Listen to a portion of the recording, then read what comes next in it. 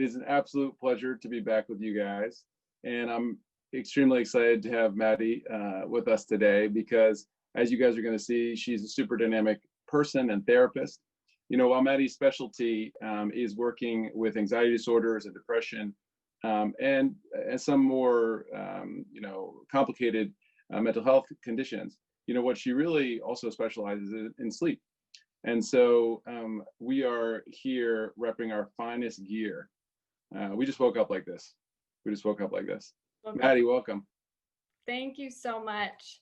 I'm so excited to do this with you.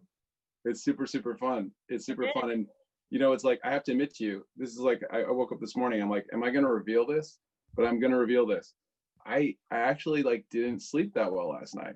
I didn't either. At all. The irony. It's weird. I'm actually a really good sleeper, but occasionally, every once in a while, and we're going to get into this, everybody, because we're going to be talking to you guys too, not just Maddy and I, but every once in a while, I just wake up at 4 a.m. Maybe it was my excitement over this talk. Exactly. What happened with you? How did you sleep? What happened? Well, I did all of the tips that I'm going to talk about today. I did everything. And I think I was excited to do this as well. I don't know any other reason other than that. It's really interesting too, because I think one of the things that comes from this though, is that, we're all working on this. It's not, we certainly have these tips, but everybody's working on improving their sleep. And it's the idea of these marginal gains that wherever you are with your sleep, great sleeper, struggling, you can get better. Right. And nothing's foolproof either, I would say. And it just kind of goes to show you and I both, we work with this all the time. We try to help people. At least every day I talk about sleep and all of the things that affect it and all of the tips that we have. And again, nothing is ever perfect and humans are flawed. And we, as experts, are susceptible to, all of the things that affect that as well. So I kind of like that we both didn't sleep very well.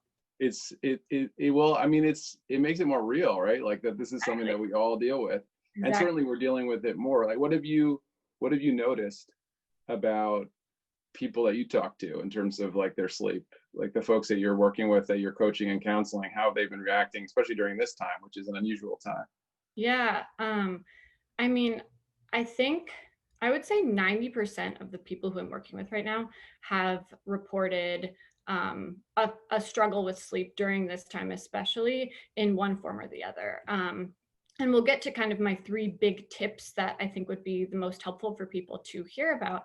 But one of the biggest contributors to helping sleep and the thing that makes sleep difficult is routine.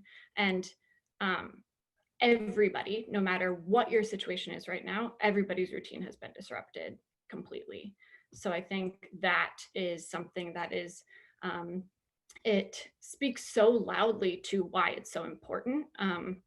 And also that we're all in this together in a way.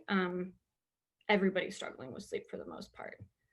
Right. It's interesting. I think, as you're saying, in some ways, one of the biggest things that happens is that sleep, interruptions in sleep in general during this time, or more specifically, also are kind of just a result of interruptions to routine. Absolutely. Yeah. Absolutely. I think, the thing I think about it too, I was just reflecting on our discussion about last night, and, people have been suggesting to me to get a sleep monitor, like an Aura ring. And I was thinking, and actually I read up some research that actually a lot of the sleep monitoring things are not that helpful because they get you too obsessed with your sleep. So I think in some ways last night I was just thinking too much I was overthinking it. But, I followed some of the guidelines that we're going to talk about. And I think the thing about it too, I was just thinking, is that, as you're saying, it's not about how your sleep is any one night.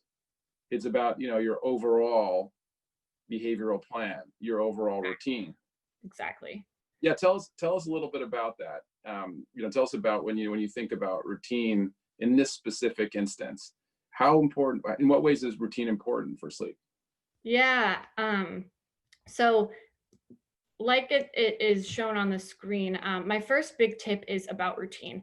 And I think the first thing I want to say is everybody is talking about routine right now. And so I'm sure a lot of people are like, okay, I get it, routine. And it's because it's so important. And again, kind of to what I was saying earlier, when our routine is disrupted, it really throws us off. And I think we are all experiencing that. You and I, as sleep experts and people who work with this all the time, are experiencing this and are susceptible. So one of the reasons why I think routine is so important is because it allows us to get ahead of our emotional systems, right? So the more that we do something, the easier it gets, and the more it takes the decision out of the process for us.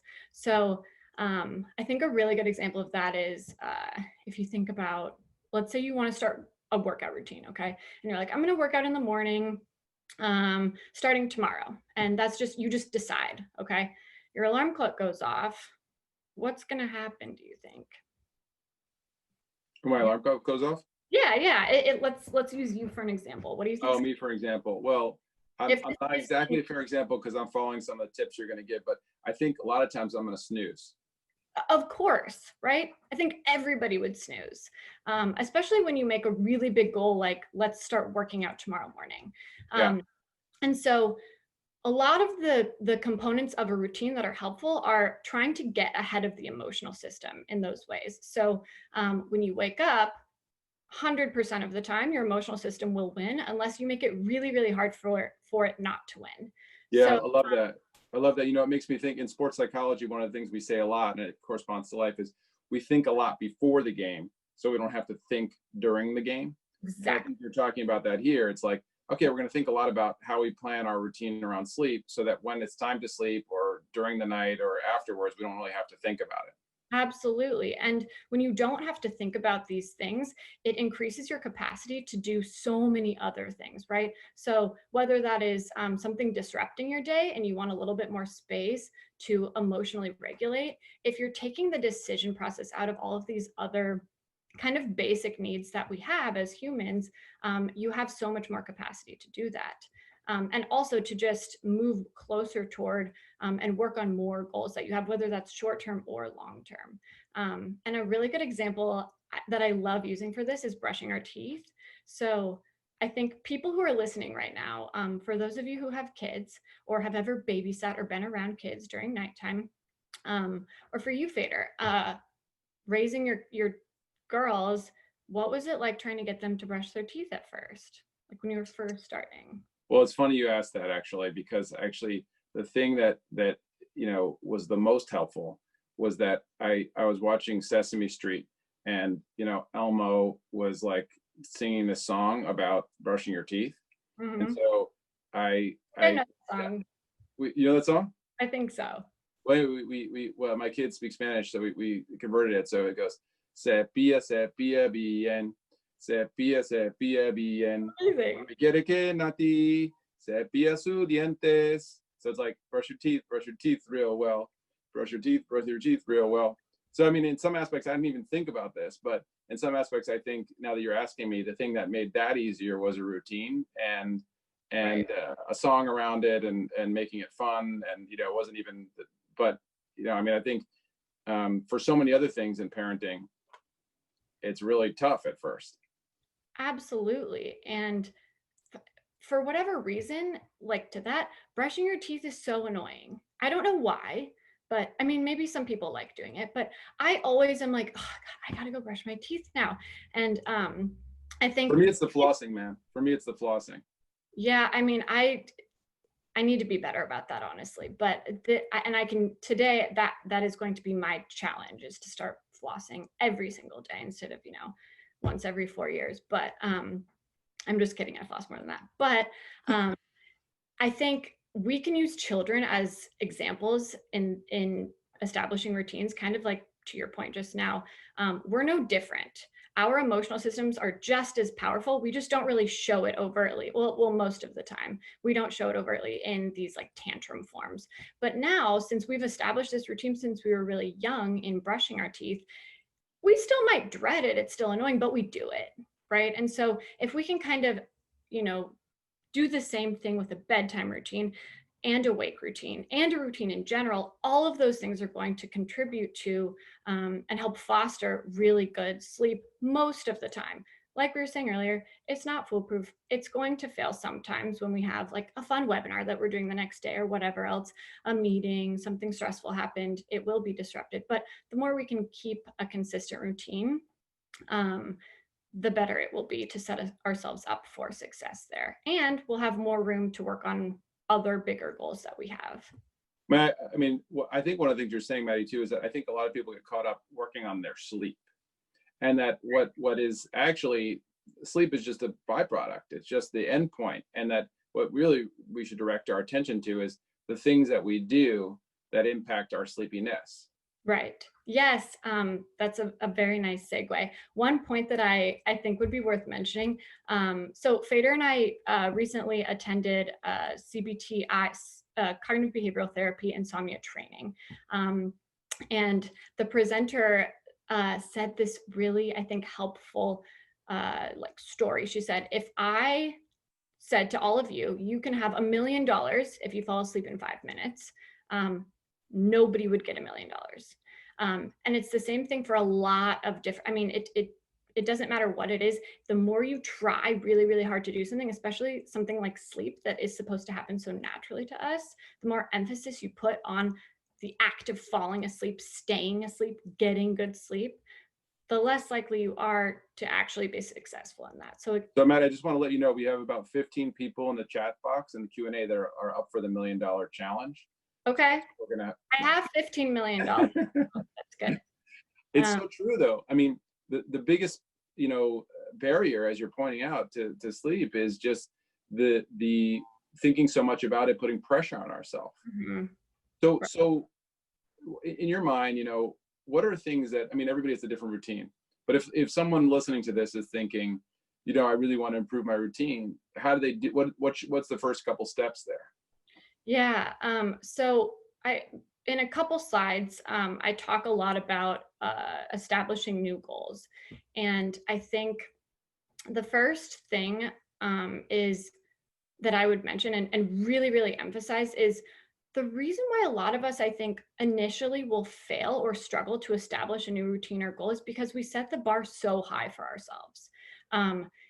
The best way to start a new habit or routine is start really, really small and build our way up. Negative or difficult emotions like anxiety, shame, guilt can drive behavior, but the most powerful emotions that we experience in driving behavior are the positive ones. So feeling good about ourselves, feeling like we succeeded. So if you can start by picking really, really tiny little things to incorporate into your routine, that's going to help you feel more motivated every single day to keep doing it and then to build from there. Second kind of tip to that, and again, these will be on the slide so people can look at this and we can come back to it in a bit, but tacking on these small little habits to an already existing habit. So if, I'm thinking about my nighttime routine and there are 3 things that I always do. Well, clearly you wear a robe. Yes, wear a robe to bed, sleep in the robe, wake up in the robe. But I do have a daytime robe and a nighttime robe. That's another. You really? Yeah, of course. You have to change your. Well, why you tell people a little bit about why you do that? Well, so because I think in talking about routine right now, we're all struggling in this together, again, in many different ways. Some people are more privileged than others. And for the people who are at home and working or doing whatever they are, I think it's important to continue to try to establish some or maintain some form of normalcy, which one part of that is changing your clothing when you wake up in the morning, washing your face, taking a shower. It might be a little less frequent than normal, but I think changing your clothing kind of sets you up for success in the day and puts you in a different mindset. By no means am I wearing normal pants. I haven't in weeks. I have daytime sweatsuits and nighttime pajamas, but that's one thing that I think is really helpful. Right, and it's also, I mean, in some ways, you're conditioning your body. You're letting your body know, right? Hey, this change is happening on a learning level, and you start to associate it with sleepiness. Exactly. And I think that's a really nice segue to my second point that I think is really important to emphasize, which is the idea that bed equals sleep. Okay. So if we can, and I think right now this is particularly difficult, but if we can avoid doing anything in our bed except sleeping, that will really, really help your body form the association between bed and sleep, which would ultimately lead to easier time falling asleep, staying asleep, maintaining that, and then waking up at the time that you want to. So, I mean, it goes back to the idea of kind of conditioning, and we don't need to get into Pavlov's dogs, but the more that we do in our bed that's not sleeping, so, you know, scrolling TikTok, rolling out of bed at 8:57 for our Zoom meeting in the morning, watching TV, reading. Or you are doing the Zoom meeting in bed. Yeah, I think a lot of people are. Yeah. Yeah, I mean, I think that's as you're saying that, I'm just thinking about all the people that I've, had meetings with, and they're sitting on the edge of their bed or something like that. And I think, right. we all have different living situations. So some people are living in a room that's just their bed. So Yep. even just, getting a chair. Absolutely. If you have the space to move from a different room than your bedroom, that is great. If not, even going to the floor if you don't have a chair, anything but your bed will help kind of take that association away from bed and not sleeping. It's easy though right now, right? Like I think so many people are setting their alarm for 8:57, rolling over, grabbing their laptop, putting it in front of them, throwing their hair up, putting a hat on, whatever, doing the Zoom meeting. But the more that you can do outside of the bed, the better. I always say when I'm working with people on this, if you can spend maximum 30 minutes every day in your bed that is not sleeping, doing something that's not sleeping, that is the best. So, and this is going to get into kind of a more complicated process, and I'm so happy to answer people's questions after this via email if you want to go into it a little bit further. But if you are falling asleep at night, or if you're trying to fall asleep at night and you notice that it's taking more than 30 minutes, get up out of your bed and go to a different location in your home if that's available to you, or at least get up out of your bed and do anything until you are sleepy enough, like struggling to keep your eyes open, sleepy enough to then return back to your bed. So kind of trying to for people to try to stick to that 30-minute maximum rule every day in their bed, that they're not sleeping, that's really, really going to help. Right. So, what's most important, you're saying, is make sure, I think, that you're not conditioning your bed, meaning you're not learning that your bed is a place to be alert. Absolutely. Absolutely. Yeah. And so basically, if you're in your bed, you're saying for how long? Let's say in the middle of the night you wake up. How long should you be there before you get up and go somewhere else? So if you can, if you wake up in the middle of the night and you're awake lying there for 15 minutes and you kind of notice that it's been that long, I would say at the 15-minute mark, if you can, get up and move locations in your home. 30 minutes maximum. And I think the thing here that's really tricky is people might think, well, if I get up and move to a different room, it might wake me up. Or if I get up and go on my phone, it's going to wake me up. That's actually better than staying in your bed and strengthening that association that your body has between bed and being awake. Okay, Maddy, really, I'm gonna put you on the spot here. Be real, okay? What happened to you last night? When you woke up, what did you do? I did get up. I got up, Nice. moved to my couch, and I went on my phone. And I think that's a really important point to talk about, actually. What's that? The idea that blue light and being on your phone right before bed is bad. It can be, right? It can disrupt sleep. We don't want to be stimulating ourselves and keeping ourselves alert and awake intentionally. However, it is better for us I think it is better that I got up and left and went on my phone rather than stayed in bed and went on my phone, or stayed in bed and stayed and laid there awake. Right. I think what you're really pointing out is, it's not about these little tricks, right? It's really about maintaining a behavioral pattern. Exactly. And what you're saying is, in that, number one, It's just figuring out how to get regularity in what you do and associations with the things you do to you know, foster the sleepiness. And two, it's really making sure that you're really religious about keeping your bed for sleep and letting your body know, when I get into this bed, it's time to sleep. What's this third idea for you about, you know, how to help people resetting their sleep routine? Yeah. So third rule is movement. And this is another one that I think people might kind of roll their eyes to or be like, yeah, I've heard this a million times.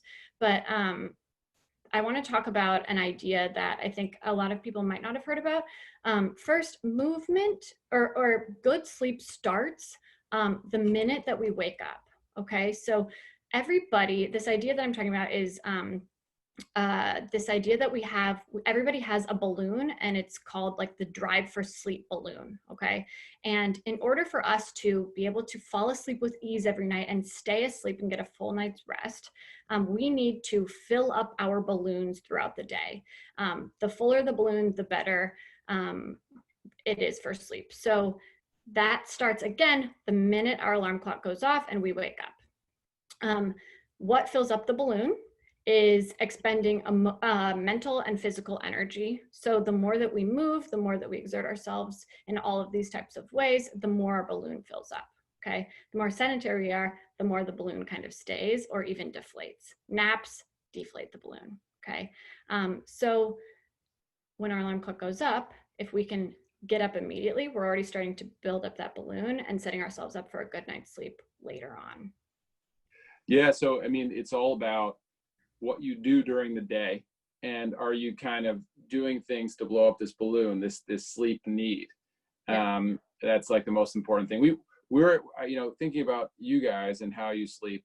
You know, we want to make sure that we're getting to know you guys a little bit here on this call. So we're going to put up a poll about, you know, asking you about how you sleep. What do you do? What do you wear when you sleep? So I think David's going to throw up a poll here just to get a sense of who we're dealing with. Do you wear socks when you sleep? Do you wear socks, Peter? I'm not going to bias the results yet. I don't want to follow my lead here. I have a very specific sock wearing or non-sock wearing rule here. I think the viewers would be interested to hear about it after the poll has been completed. I'm going to get deep into my sock game. I have a very deep sock game actually for sleep. It revolves around how I'm feeling. What do we got here, poll wise? No, that's a good guess. Yeah. Is that what you would expect? Yeah, I think so. Yeah. Mm-hmm. All right. Am I going first on the sock question, or you? Go for it. All right. So here's how it is. So with socks, right? I only wear socks if I'm feeling kind of under the weather. That's like whether I wear socks or not. And part of the reason is that my wife, Rosa, actually has this, you know, habit of putting Vicks Vapor Rub on feet when you're sick. Yeah. Which I thought was ridiculous until I realized, actually, I read an article that's actually really helpful in terms of absorption of the Vicks Vapor Rub somehow. So when I put socks on to, like, you know, because you can't just put Vicks Vapor Rub and get into bed. So you put the socks on after. So I only really wear socks in that situation. That is very specific, but it also is brilliant. I bet it works. It really does. How about you? I'm kind of a socks. My friends, if they're watching right now, they will laugh. I'm a socks 100% of the time person because I can't believe I'm about to say this, but I have the weirdest looking toes I think anybody's ever seen, like ever. So we're going to do an entire webinar about that in a couple weeks. How to confront your insecurities. We're gonna test David on his ability to generate some serious PowerPoint slides with that information. Oh my God. Well, hey, so we're also curious about your actual sleep.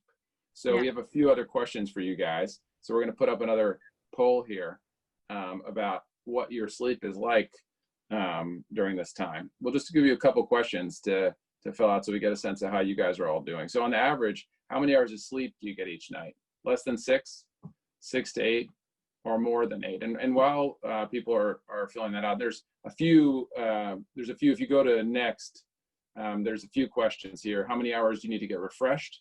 And then the next one is, how long does it usually take you to sleep? So, you know, go ahead and fill that out. And while people are filling that out, I'll tell you, Maddy, you know, there's a couple questions that have come in here. One is interesting about a woman who's asking, you know, or man, I'm not sure. I'm 60 years old, and I used to be able to sleep late when I was younger. easily till 9 a.m. or 10 a.m. Why, now that I'm older, can I no longer sleep past 6 a.m.? Mm-hmm. What are your thoughts about that? Yeah, this seems to be a really common trend. I don't know much about the actual scientific literature around this. I'm sure there has to be some, but I think about, I mean, I would be curious to know what time this person is going to bed and if they're getting, you know, a good 6 to 8 hours every night. But what I would guess is that the older we get, the more our bodies get into a routine. I think children can really affect this too. I don't know if this person is a parent, but when you have children, you get used to, I mean, you don't have an option. You have to wake up early pretty much every day. And I think our bodies get used to that. I would also guess that there is a hormonal contribution there as well.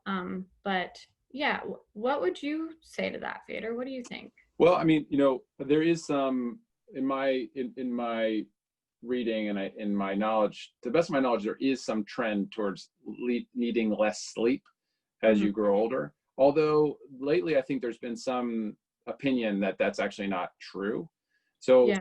I think there's differing opinions on it. And I think what you said is important, that, you know, all of these techniques that we're talking about should work no matter how old you are. Right. And that I think, as you're saying, the part of this that we can't control is our chronological age.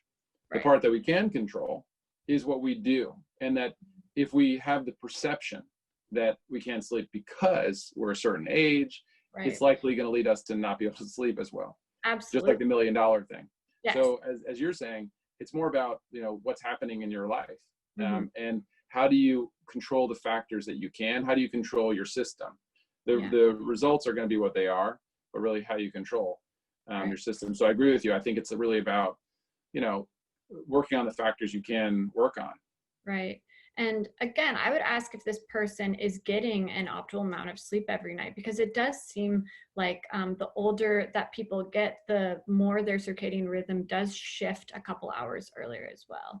I always make the joke that uh, my partner likes to go to bed at, he's like an old person at heart, and he likes to go to bed when most people are sitting down for dinner in New York City.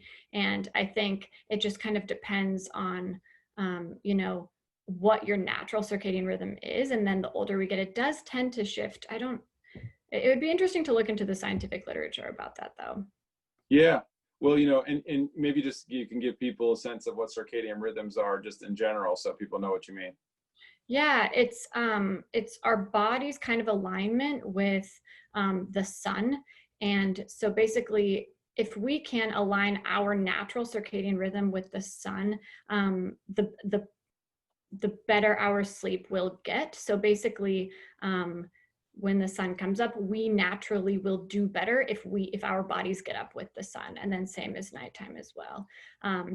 And so everybody kind of has a natural circadian rhythm. You can shift it by a couple hours, but people naturally do have one. I don't know if it's biological or if the environment growing up contributes to it. I don't necessarily know the specifics there, but yeah, everybody kind of has one, and it's your window that you are asleep and awake, basically. Right. Well, speaking of that, we have some information here. I just want to, for those of you that commented on the poll, it's interesting to see that on average, most people are sleeping between 6 and 8 hours a night. It's like three-quarters of the people. There are a few folks that are sleeping, lucky folks here, who are sleeping more than 8, about 7%, and then the rest of the folks, 15%, are sleeping less than 7. Mm-hmm. And people are saying they need 6 to 8 hours. 50% of people, and that a lot of people believe that they need more than 8. What are your thoughts about looking at all that? What about this idea that people need a certain amount of hours? Yeah, so kind of like circadian rhythm, everybody is different in that they have their own number. So not everybody needs 8 hours. Some people actually can function on less than 8 hours. Some people actually need more than 8 hours. It just depends on your body and needs there. So looking at this poll, it is interesting. I am happy to see that the majority of people are sleeping between 6 and 8 hours, and that is kind of it seems like what their needs are. So that's good. Um, yeah. What do So, you okay, your hours are, Fader? how many do I sleep? Yeah, what is your number? I sleep about 7. Um, you know, I shoot for 8. I think that's probably where I'm at, and I get about 7. I'm like we said at the beginning, I'm really working on it hard. It's like there should be like a weird, very boring action movie, me versus Netflix, to get to bed. Right. You know, Right. sometimes Netflix wins, sometimes I win. I've been battling back, and working on that. You know, That's the emotional system thing that we were talking about earlier. Your emotional system is definitely winning in those moments where you're watching Netflix. completely, but I'm winning. I'm battling back, Maddie. I really am. I I know, believe like that. I'm putting on my Vicks Vapor Rub and socks, and we have, Yep. you know, there's people interested in it. People are asking, what are, is it, should we sleep with socks or not? I think it goes back to the question, right? I mean, I think as sleep consultants, we get this question a lot. Should I do this or should I not? And I mean, I don't know what your thoughts are, but my thoughts are, you know, it's more about what is going to help you to induce sleepiness. Yep. And that everybody has different, you know, there's very few things that are bad in my mind, except the points that you laid out before. Like for most people, doing anything in bed other than sleeping is Right. not, you know, not great. Yep. A question here from people though, I'm just looking at the Q&A. What about naps, right? So someone was asking, you know, naps. Yep. If naps detract from the balloon, the sleep need, are we supposed to avoid napping? I'm so glad that somebody asked that. The answer is yes, it does take away from the sleep balloon, right? If you do need to nap, though, if you have something that is important and you think a nap is going to help fuel you for that thing and help you perform better, do it. However, we just have to keep in mind that we kind of have to compensate later in the day in order to fill our balloons back up. So just keeping that in mind. If you are right now, a lot of us are much more sedentary than we normally are in our lives. So if we're, you know, going from our bed to couch to work all day, taking a nap, waking back up, sitting on our couch with very little movement, our balloons are not being filled up in the ways that they need to. So our sleep is going to suffer. So just kind of considering that when you are taking a nap, maybe if you take a nap, wake up, finish work, think about going for a walk, doing a little bit more movement. It doesn't need to be, in order to fill up our balloons, we don't need to be working out for 2 hours every day, but just keeping in mind kind of that constant movement and exerting ourselves so we can fill that up. Right, right. So just finding ways to stay active, and making sure that you have physical activity, especially during this time. Right. You know, one of the things I like to recommend to people is like getting an app like the 7-minute app. Mm-hmm. You know, that I think a lot of the people I coach are struggling with this, and that, you know, even having an app like that just, you don't need any weights. It's all very, it's also not going to break you. It's very, you know, Right. you're not going to get injured doing this. Yeah. So having something like that you can do a few times during the day. Absolutely. I think right now, something that a lot of people are benefiting from is, you know, in between meetings, just making sure that you're at least standing up and even walking around your living room a couple times, or doing, my partner's really big on this when doing push-ups. You know, he can do like 3 push-ups now. It's really impressive in between meetings. Just kidding. I'm not sure you're allowed to say that over this webinar. But doing push-ups in between meetings, or even stretching, anything to get your body moving. I was going to do a little experiment with people who are viewing right now, if they want to. But basically, if we're sitting and we're sedentary most of the day, it tends to lead us to feel more lethargic and tired. And so if you want right now, you can try to do that. I'll do it with people. But if you stand up, right? So if you're feeling kind of tired and you stand up, now people get the full view of my robe, but if you stand up and kind of move around a little bit, you'll notice that it actually wakes your body up. In the moment, thinking about doing it might feel frustrating, or we just feel lazy, but when you do get up and actually move, it helps increase energy in the moment, and then actually filling up our balloons so later in the day we have a better drive for sleep. Right, so it's a tough ask, but even doing something like that when you feel the urge to have a nap, could be a really positive thing to do. Exactly. You know, I want to make sure you get to a couple other tips here. So, you know, you had a couple other things you wanted to share with people towards the end of our talk. So let's put up that slide. And I think you talked a little bit about some of this already, but Yes. you had a couple other ideas here to leave people with some good kind of go-to ideas. Yeah, these are really important. So I would just emphasize again, good sleep starts right when we wake up in the morning. That's when our balloons start filling up. So everything you do, you're working toward filling your balloon up. When your alarm clock goes off, we all feel this, even if you're a morning person, that kind of like, oh, such exhaustion, right? And the feeling of like, I could not possibly get out of bed right now. As we know, though, that feeling lasts anywhere. I mean, it's different for everybody, but it doesn't last all day most of the time, at least that really intense exhaustion that we feel right when we wake up. So if we can, right when our alarm clock goes off, I know snoozing is really nice, but if we can avoid snoozing, and again, remember, if you're a snoozer right now, that doesn't mean wake up tomorrow and the expectation is that you're not going to be snoozing at all. We have to work toward that by incorporating really little changes. But when the alarm clock goes off, trying to, one tip is actually putting your alarm clock or phone on the opposite end of your room or out of reach. So you have to actually get out of bed to go turn it off. Another tip is putting your feet on the floor. So right when your alarm clock goes off, just shifting your body and putting your feet on the floor and just sitting there and trying to help yourself slowly get up. And I can say from experience, I mean, this is one that I've learned and used over the years, and that it gets easier. The first week of doing something like that is going to feel like you're really like battling a giant, bigger than Netflix. But after time goes on, you're going to really be able to do it more and more. Absolutely. So that's a really nice one. Alarm clock out of reach, like I said. Another one is when we wake up, we're so cozy in our beds, right? And it's warm.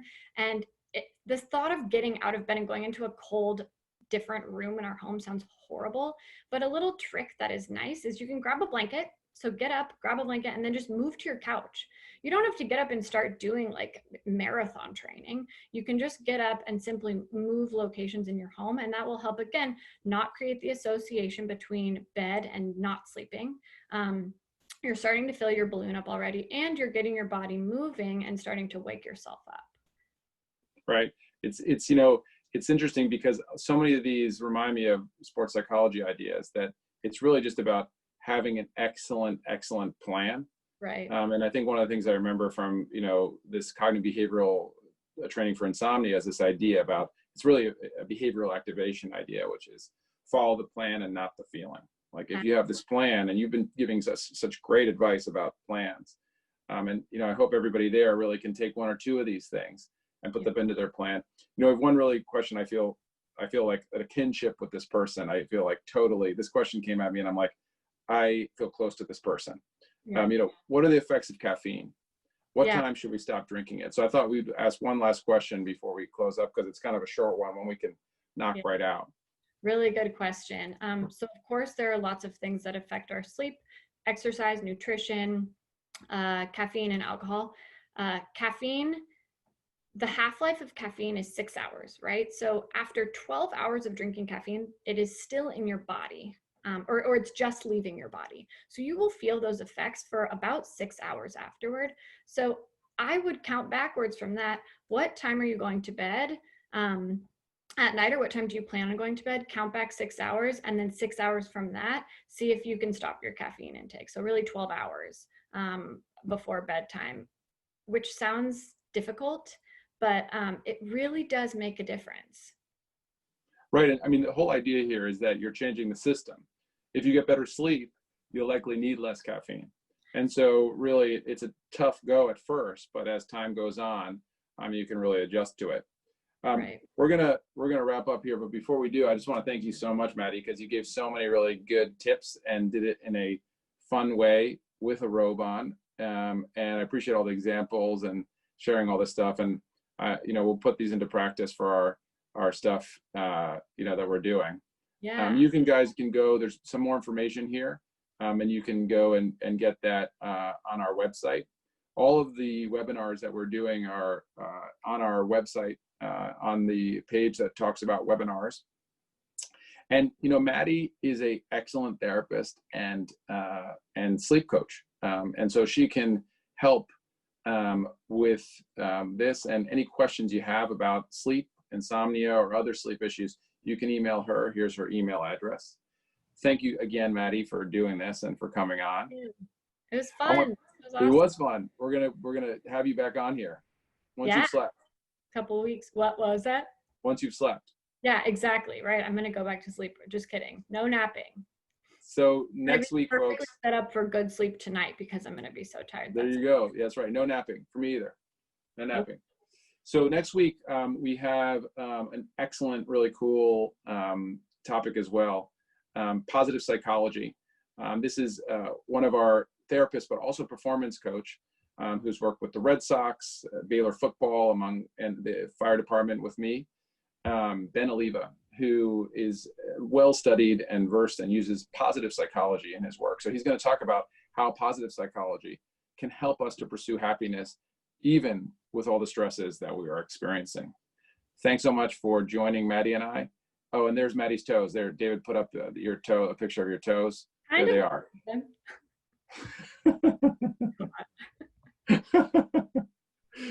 Thank you, Maddy. Bye, everybody. Thank you. Bye, everybody.